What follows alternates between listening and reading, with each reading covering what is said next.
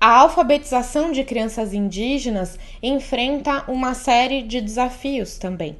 Em primeiro lugar, a carência de professores bilíngues qualificados para alfabetizar crianças indígenas, a carência de materiais didáticos e paradidáticos interculturais, bilíngues, multilíngues e específicos para a alfabetização de crianças indígenas e a inexistência de dados e indicadores sobre a alfabetização de indígenas.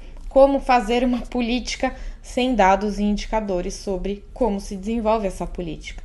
Por fim, existe o problema da inobservância e falta de regulação das diretrizes curriculares nacionais para a educação escolar indígena na educação básica, que data lá de 2012 pelos próprios sistemas de ensino.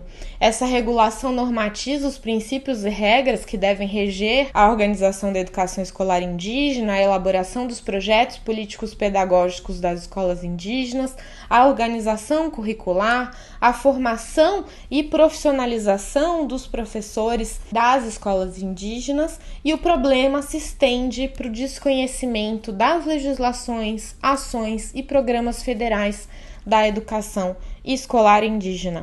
Em relação ao ato de regularização das escolas indígenas, 30% do total das escolas ainda não estão regularizadas. A instituição educativa para povos indígenas está diretamente relacionada com o território garantido e demarcado.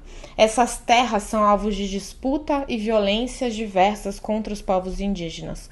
O Brasil, antes de ser pensado como Estado-nação, tem invisibilizado sistematicamente os povos originários. Os casos de violência em terras indígenas não são isolados. Acontecem praticamente em todas as terras indígenas no Brasil e não há como não relacionar toda essa insegurança aos processos educacionais. Ela faz com que os índices de escolarização de indígenas no Brasil sejam os mais baixos se comparados aos de populações não indígenas. Mesmo com toda a segurança das leis, o Estado brasileiro falha miseravelmente na proteção e segurança dos territórios indígenas. As instituições educativas indígenas no Brasil são a prova que outras pedagogias são possíveis, são viáveis, respeitando a diversidade de povos e tradições que fazem parte desse país.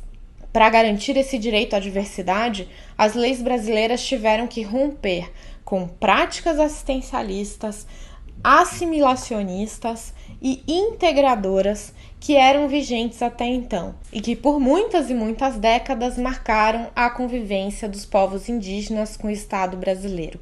Agora é preciso implementar, de fato, essa legislação.